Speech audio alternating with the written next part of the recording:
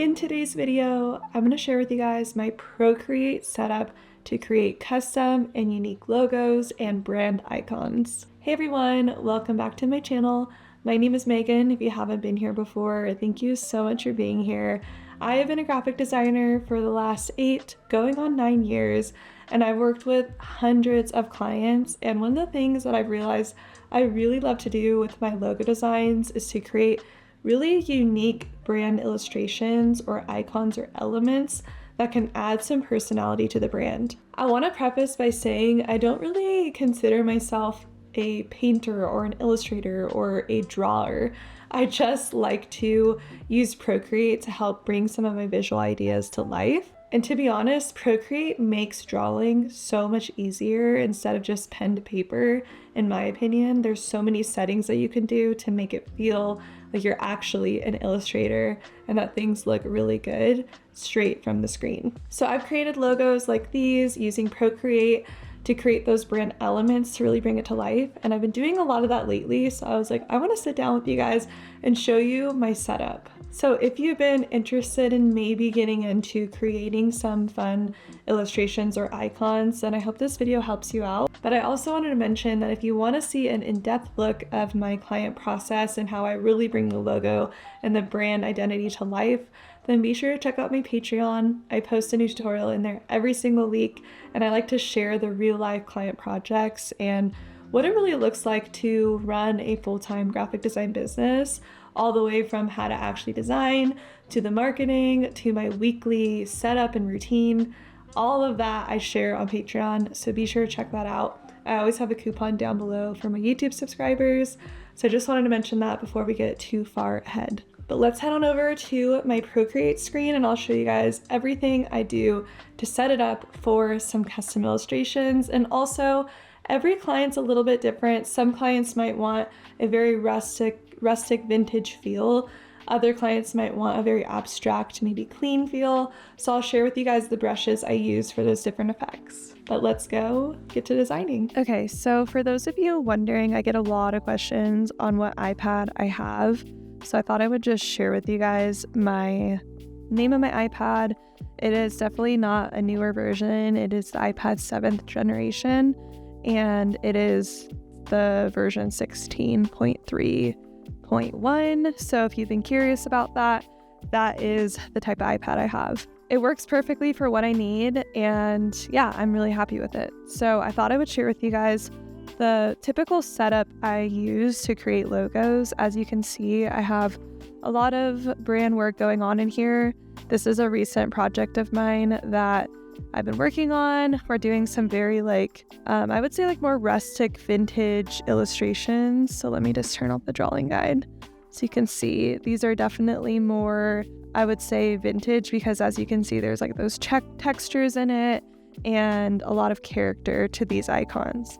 Now, this was the first, if I go back to the gallery, the first rendition of that same brand was this one, and it was a lot more abstract icons. So as you can see, these are a lot more thicker lines and still a little bit rustic, but just thicker overall. And then I did some other fun brand work. Let's see. So I like to do a lot of logo sketching in Procreate as well to get some of my ideas out there. So this was a recent project that I was just kind of sketching ideas out. And then if I want to create more ready to go ideas that I can airdrop over to my Illustrator, then I usually will refine it in a file like this.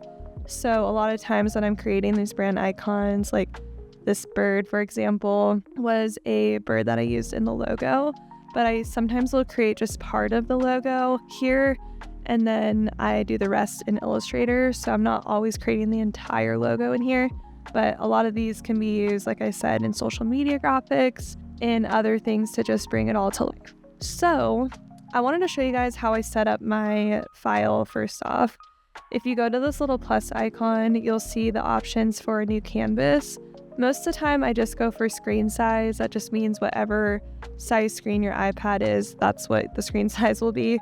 But you can also create a custom size by clicking this little plus here and doing the width and the height here. You can also change the color profile here time-lapse settings. I actually did go in here at one point and change this because I wanted pretty high quality time-lapse. Is kind of fun to watch back and also just fun for content too. So those are just some of the settings. I'm gonna go back here, but I'm just gonna go to screen size. That's typically what I use, and you can either create in a horizontal. I'm doing horizontal for the purpose of this video, but you could always switch your document to go vertical like that. So I wanted to go through some like shortcuts I use. You've probably been seeing me double tapping the screen. Also, I just realized my press-on nails have been popping off. Not a great video for that to happen because you guys are gonna be looking at my hands, but let's just ignore that. But some of the like shortcuts I use, so if I were to, let's just say like create a line on accident, you can take 2 fingers and just tap the screen to undo it. If you want to redo it, you can take 3 fingers and bring it back. So just some shortcuts I use all the time. I'm like constantly double tapping the screen because I like to like redo, undo to get things perfectly where I want it. Another thing that I do before I create is I go to my settings here and I actually go to drawing guide. I like to have these lines to help me create things a little bit more straight and like how I want it to look. So the drawing guide is pretty helpful for that. You can also do, if I go to reference, you can have an image in here to reference as you're creating. I don't really use that a whole lot. Honestly, I'll just bring in an image here. If I go to add, insert a photo. So you can see like tattoo examples and stuff. But if I wanted to, let's say, have an olive oil bottle like this as my reference, I would usually just put it up above here, and then I would create a new layer and I would just create the olive oil bottle somewhere over here so I could have a reference point but not like open that little reference tab. So that's one of the settings I use. Another setting I use is I go to canvas. I don't use a whole lot else in there. When I am done though, I usually will airdrop it to my computer as a PNG. This just makes it really easy to image trace it in Illustrator and get a vectorized version of the graphic. We don't need to do that yet because I have nothing to airdrop. But video, this is where you'd export your video playback, which is nice. And then if I go to preference, we have all of this in here. So I'm going to kind of go through this as well. Okay, so light interface is basically just changing the background color. If you don't want the dark, you can do a lighter background by clicking that. I like darker. It just allows me to see the paper much clearer that I'm drawing on. And then also right hand interface. So if you're right-handed, it's funny because I am right-handed, but I've noticed that I actually prefer the left-hand interface, having my tools over here instead of over here, because I would find myself like going like this and like accidentally moving my tools. So I prefer these tools on the left, even though I'm right-handed. So just something to keep in mind, just play around with what you're comfortable with. Dynamic brush scaling, I have this on. I believe that's the setting that allows it to like, so I have the Apple Pencil as well. I forgot to mention that. But the Apple Pencil, it really allows you to have that same effect with like writing. So if I increase this, the pressure will match exactly what you're doing. So I'm pressing down really hard, but if I change my pressure, it'll change it with this. So just something to keep in mind. It's one of the reasons I actually do love the Apple Pencil. I've tried lots of knockoff ones, but nothing really compares to it. So we have dynamic brush scaling, project canvas. I don't really want that. Brush cursor. So I actually turned this on. This was off when I originally started doing this, but with the brush cursor, you'll see like when I'm doing that, there's that tiny little circle. Let me bring this down so you can see it a little better. So I don't know if you guys can see that. It's really hard to see, I think, with my hand there, but there's that little circle that shows up right at the tip of the pencil, and that is the cursor, the brush cursor. And I like that because it just allows me to see like where I'm touching the page. So I turn that on. You can change the advanced cursor settings. You can have it show while hovering. So if I do that, it doesn't really show that well, but you can have that happen if that's something you want to see while you're just like kind of testing it out. I like to just show it while I'm painting. Brush outline style, I have it as high contrast. So those are settings that I have set up. Honestly, I mainly just focus on the ones I'm sharing with you, but I want to open your guys' eyes to all the things that you can do. Pressure and smoothing. So I'm going to get more into that under the brushes, but that is something that you can change for stabilization. Just allows the lines to be a lot smoother, which is exactly what I meant in the beginning about you don't have to be an amazing illustrator. Honestly, Procreate makes it so easy to be a great drawer. So that allows it to be easier. And let's see. Oops. So those are most of the settings that I use. I wanted to now share with you guys the brushes I use for specific use cases. So if I had a client that came to me and they were like, I want some really clean abstract icons. To me, clean abstract is basically taking a very simple brush like inking, and going down to the Studio Pen. The Studio Pen is a pen I use a lot for just those really clean icons and not a whole lot of texture in the actual like lines and strokes that we'll be doing. But I recommend clicking on the brush again, and then inside of the brush studio we can really customize the settings here. So one of the settings I usually customize is stabilization. I don't have my stabilization up too high. I have it at 30%. The higher you go, the smoother your line will be. So let me just show you guys, if I have it all the way at the top, what that would look like. So I'm just gonna do, I don't know if you guys could see that, but let me just make this bigger. It's really dragging, like that stabilization is too much. I can't even do curves or anything. So let me bring the stabilization down, let's say 50%, and now let me write test. So now I can do the curves on like the E, but still it doesn't allow for too much character. So let me bring it down even more. We'll do 20, and I'll write down here. So that feels a little bit more accurate to my handwriting. And then if I really bring it down all the way, then it's gonna show all the imperfections and not be as clean as if we had the stabilization up just a little bit. So I feel like 30 is my sweet spot. So you guys can copy that if you want. But I usually change the stabilization and the streamline a little bit. I bring that up to 33, which I feel like is also my sweet spot there.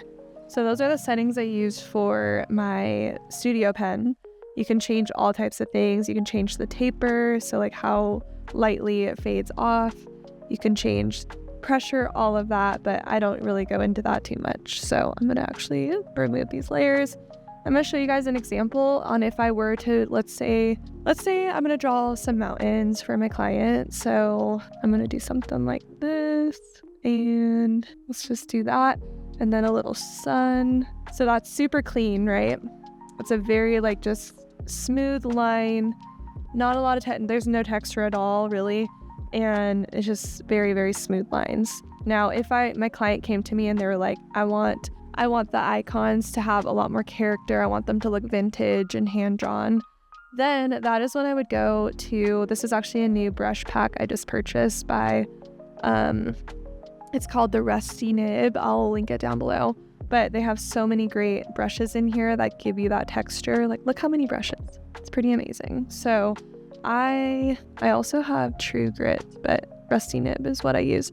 I'm actually going to remove this. But under Rusty Nib, I usually like to use that classic brush, or I go up here and I use, let's just try this one here. And I don't have any settings in here yet. Stabilization's low. So let's just try it out. Let's see what it looks like. Make a new layer. Always make sure to make new layers, or else if there's something you need to remove on the previous layer, it's going to be really hard to do that. Whereas if you have different layers for each, you can just literally remove a layer and it becomes so much easier. So if I were to do this one with a lot more texture, first off, I need to bring that down way more. As you guys can see, this one has so much more texture. Look at all that texture in there. I actually really love that look. This is not perfect drawings. It's just me doing it really fast to show you guys the difference, but very, very different brush textures. There's so many fun brushes in here. Scratchy Nib's also a fun one. This one's super textured, so this one would be good for like if any of your clients want that like paper feel, that kind of like just old and rustic look. That would be a great one. And let's try a different one here. So this one's nice because it still gives that kind of smooth effect, but not too rustic. So I do like this one as well. It all depends though on your pressure that you're putting down on the page, because I could do this completely different. Like, it takes some time to get used to. If I had a really thick pressure, this whole thing would look completely different. So it's all about your kind of like technique and kind of getting the hang of it and playing around with it to get it to a point that you like. But yeah, those are the different kind of brushes I use for different effects for my clients. And honestly, a lot of the times I'm actually creating these in black and white, and then I don't add any color until I bring it over to Adobe Illustrator. It is easier for me. I'm going to vectorize it anyway in Illustrator, so I don't really feel the need to add a whole lot of color here. Okay, so I wanted to show you guys one other thing.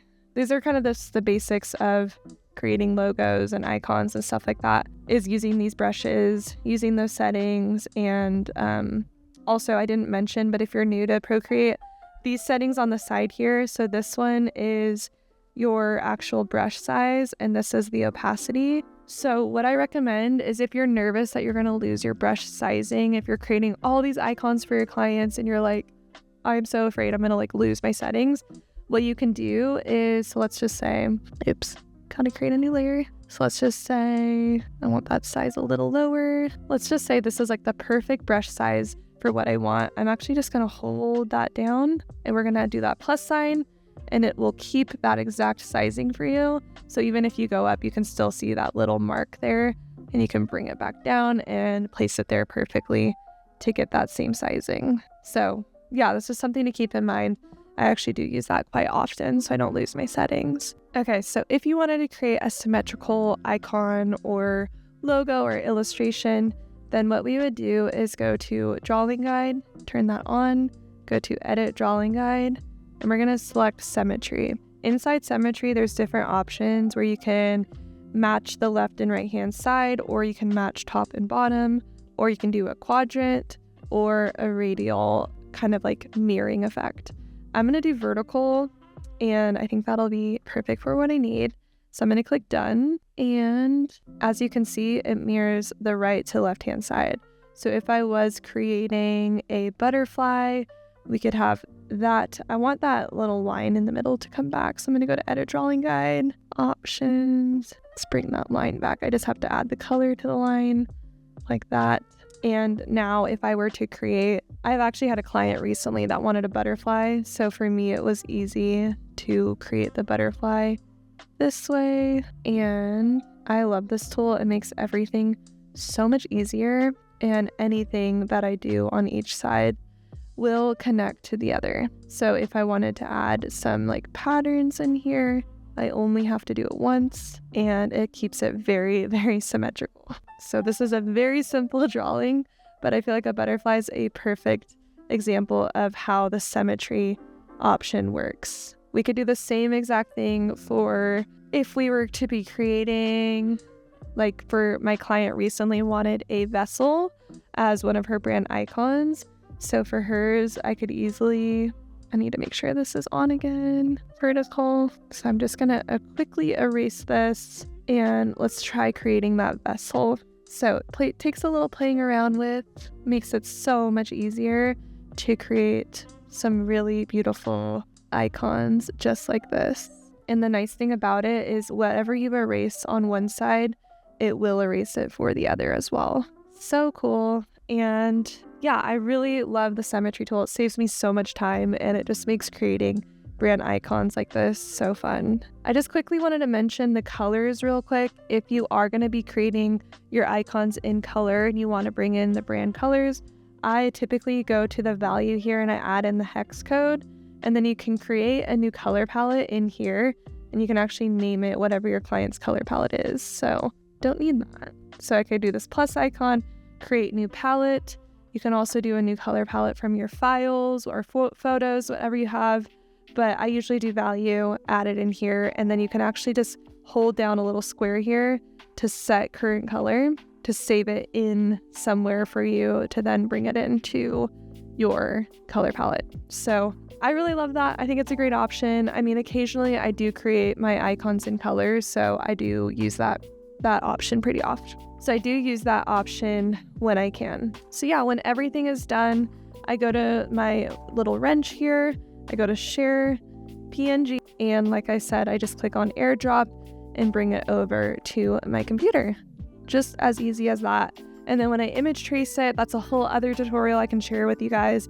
But I typically, if it is going to be a textured icon like this, I typically would use the sketched art settings on image trace. If not, I would use black and white logo. Thank you guys so much for watching this video. I really hope that it was helpful to you if that is something you want to start offering in your brand design packages. I know for me, it's so much fun to take some of the brand values and some of the things that my clients have shared about me, about their brand, and to put it into a visual element like that. It's just so much fun. It can be used on the website, on marketing collateral, and so many other fun things. But like I mentioned at the beginning, if you guys want to see more in-depth looks of my client process and the logo design process, check out my Patreon. But I hope that this video is helpful. And if it was, I would appreciate it so much if you gave it a thumbs up. Subscribe to my channel down below. That would mean the world to me, and that's like the best way to give back for me creating these videos and sitting down with you all. I love doing it, but it would mean the world to me if you guys subscribe to stick around for more. But thank you so much, and I will see you in my next video.